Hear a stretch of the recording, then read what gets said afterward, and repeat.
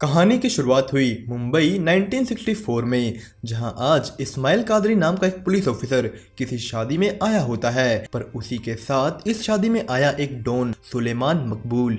यह आदमी हैदराबाद से मुंबई आया था एक कूली बनकर, पर यहाँ उसने शुरू कर दिया सोना चोरी करने का काम। धीरे धीरे उसके साथ और लोग जुड़े और सुलेमान बन गया हाजी, बम्बई का बादशाह। उसका स्मगलिंग का काम कहलाने लगता है इंपोर्ट एक्सपोर्ट का काम।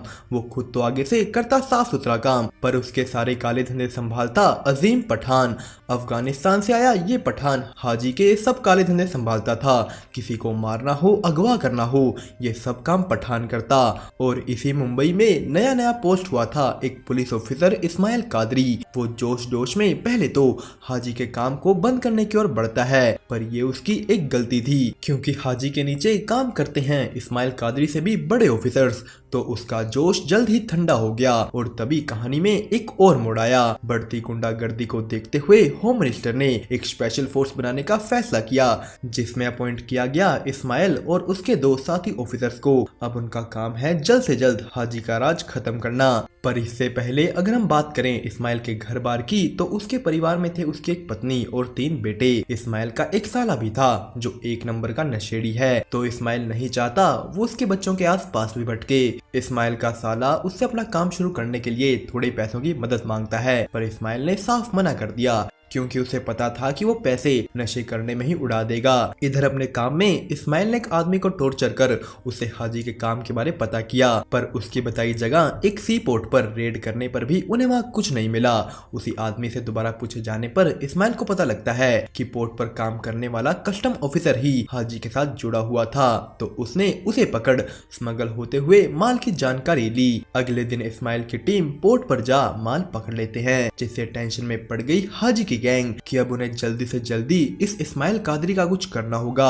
पर इसी के साथ साथ इस्माइल के घर पैदा हुई एक लड़की, जिसका नाम इस्माइल का बीच वाला बेटा दारा रखता है हबीबा। इस्माइल अपनी बेटी के साथ खेल ही रहा होता है कि तभी वहां आ गया हाजी। हाजी ने इस्माइल को अपनी एक पुरानी कहानी सुनाई कि कैसे जब वो चोरी का काम करता था उसके एक साथी को एक दिन पुलिस उठाकर ले जाती है, पर हाजी ने ईमानदारी के साथ दोनों उसके घर वाले और उसके चोरी किए हुए सामान को संभाला। पर जब वो उसका दोस्त जेल से रिहा होकर वापस आया, उसने उल्टा हाजी को ही फंसा दिया। वो अपनी जान बचाने के लिए हाजी के बारे पुलिस को बता देता है, जिसका बदला हाजी ने जल्द ही लिया अपने दोस्त को जान से मारकर।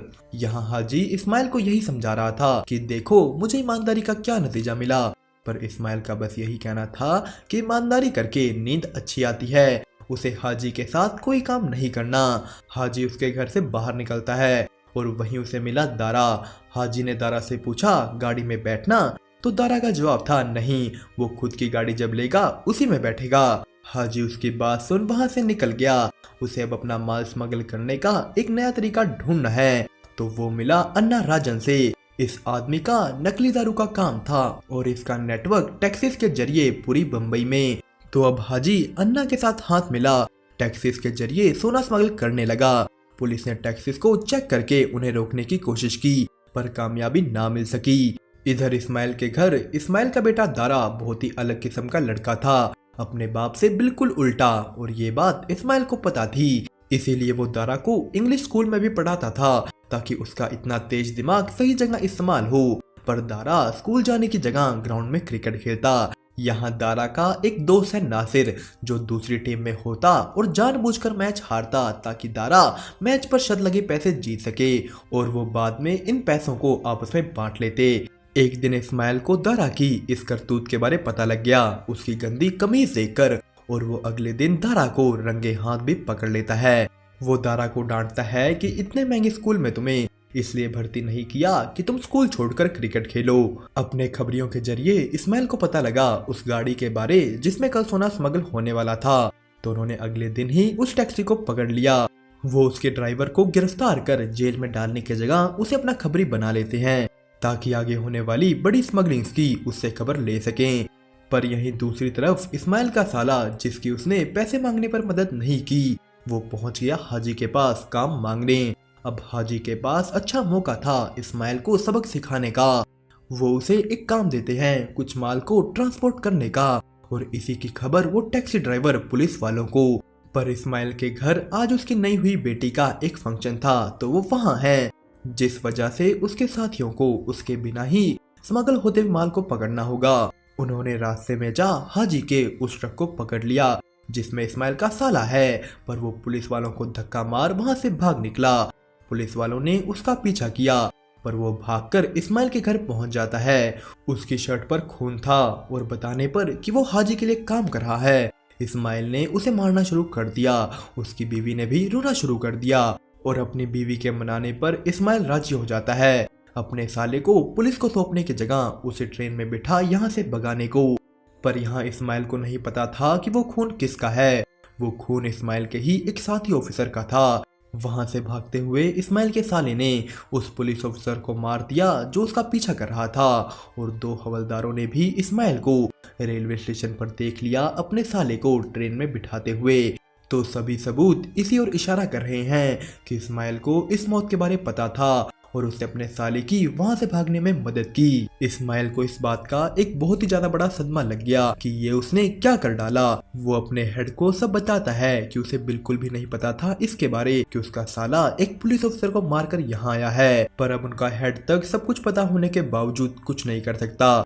इन सब चीजों की वजह से इस्माइल को पुलिस की नौकरी से सस्पेंड कर दिया जाता है, क्योंकि इस्माइल के दूसरे पुलिस साथी ने ही उसके खिलाफ बयान दे दिया था, क्योंकि वो भी डर गया कि जैसे आज हाजी ने उनके एक साथी को मरवा दिया, कल उसे भी मार डाला तो क्या। इस्माइल को अब अपना घर चलाने के लिए एक दूसरी नौकरी ढूंढनी पड़ रही है। हाजी ने उसे फिर से मिलकर अपने साथ जुड़ने को कहा कि अपनी जिद की वजह से अपने घर वालों की जिंदगी खराब मत करो, नौकरी नहीं होगी तो वो बेचारे क्या खाएंगे। पर इस्माइल अभी भी ईमानदारी की राह पर चलना चाहता है, पर हाजी उसे अपनी साइड करने की जिद पर अड़ा हुआ था, क्योंकि उसे पता है कि इस्माइल अगर उनकी तरफ आ गया तो उनका बहुत बड़ा फायदा होगा, क्योंकि उसे पुलिस की सारी मूवमेंट्स का पहले से ही पता है। इसलिए वो कहीं भी इस्माइल की नौकरी नहीं लगने देता। सभी लोग इस्माइल को नौकरी देने से मना कर रहे थे, जिस वजह से उसके घर में खाने की भी कमी हो गई। तारा को स्कूल से निकाल दिया गया क्योंकि उनके पास फीस भरने के पैसे नहीं। उनके घर की बिजली काट दी गई। ईद के वक्त जब उनके बच्चे बकरे की बलि चढ़ाने की बात करते हैं तो इस्माइल ने मना कर दिया, क्योंकि उनके पास उस चीज के भी पैसे नहीं। तो दारा बकरा खरीदने की जगह चोरी करने निकल लिया। वो सादिक और उसका दोस्त बाजार से एक बकरा चुरा लेते हैं, पर बकरे के मालिक उनके घर पहुंच गए। इस्माइल को जैसे ही इस बात का पता लगा कि उनके बेटे ने चोरी की, उसने दारा को मारना शुरू कर दिया। पर दारा मार खाने के बाद भी 1 इंच ना हिला। वो तो आगे से ये कह देता है कि आप नहीं ला पाए इसलिए मुझे लाना पड़ा, जिससे इस्माइल का गुस्सा और बढ़ गया। इतनी मार खाने के बाद दारा कुछ और ही बन जाता है। उसने अगले ही दिन उस बकरे वाले के घर कटा हुआ बकरे का सर पहुंचवा दिया, और इसी ईद के दिन हाजी इस्माइल से फिर मिलने आया। उसने दारा को ईदी दी और उनके घर दावत भी पहुंचवाई। इस्माइल अपने बच्चों को ये सब खाने से इससे पहले रोकता, उसकी बीवी ने उसे रोक दिया कि आज त्योहार है, बच्चों को खाने दो। हाजी इस्माइल को अपने पास बुलाता है जहाँ उन्होंने उसके साले को पकड़ रखा था। उसने इस्माइल को कहा कि तेरा साला तो थोड़े से पैसों के लिए अपना बयान बदल देगा, जिस वजह से तू जाएगा जेल और तेरे बच्चे जिएंगे जहन्नुम की जिंदगी। तेरे पास ये आखिरी मौका है, अपनी ईमानदारी को छोड़ और एक अच्छी जिंदगी के लिए आजा हमारी तरफ। उन्होंने इस्माइल के साले को भी मार दिया, जिस वजह से ना चाहते हुए भी मजबूरी में इस्माइल को उनके साथ जुड़ना पड़ा। पर 1971 की जंग की वजह से 1975 में देश में इमरजेंसी लगा दी गई, जिससे मुंबई पुलिस में एक बदलाव आया। एसीपी मलिक नाम का उसने इमरजेंसी की ओर में हाजी पठान और अन्ना को गिरफ्तार कर लिया, जिसके 2 सालों बाद उनकी जगह ली पठान के चचेरे भाई बिलावल ने, जिसके नीचे काम करता था अब्दुल्ला। और इस्माइल कादरी के भी बेटे बड़े हो गए। दारा का अफलातून दिमाग और बढ़ गया। वो एक आदमी के कहने चुरा एक राडो की घड़ी खरीदते, फिर उसी राडो की घड़ी से बहुत से लोगों को पागल बना कि वो उन्हें ये घड़ी सस्ते दाम में बेच रहे हैं, उन्हें डब्बे में पत्थर डाल दे देते। दारा की गैंग ने इसी तरीके से बहुत लोगों का पागल बनाया और पैसा कमाया। दारा की बहन हबीबा भी अब बड़ी हो गई और उसका भी दिमाग अपने भाई की तरह ही था। अगले दिन दारा की गैंग को उनके मस्जिद मस्जिद के मौलवी मस्जिद के काम के लिए चंदा इकट्ठा करने को कहते हैं। तो वो लोग अगले दिन चंदा इकट्ठा करते हैं, जिसमें उनके डर से लोगों ने खूब चंदा दिया। और ऐसा करते हुए ही दारा मिला अपनी बचपन की दोस्त परी से। दारा को परी पसंद थी, पर वो आज तक अपने मुंह से उसे कुछ ना कह पाया और यहाँ तक कि आज उसे चंदा भी नहीं ले पाया। उन्होंने बाकी चंदा इकट्ठा किया, जिसमें से आधा तो दिया मौलवी को और आधा रखा अपने पास। पर रोज तो वो कमाई चंदे से नहीं कर सकते, तो उन्हें कोई और तरीका भी ढूंढना होगा पैसा कमाने का। दारा फैसला करता है लोगों से हफ्ता वसूली करने का, पर उनके एरिया में हफ्ता वसूलता था बिलावल का भांजा। तो दारा को उनकी जगह ऐसा करते देख उन दोनों गैंग्स के बीच लड़ाई हो जाती है। दारा की गैंग ने बिलावल के लोगों को मार वहां से भगा दिया।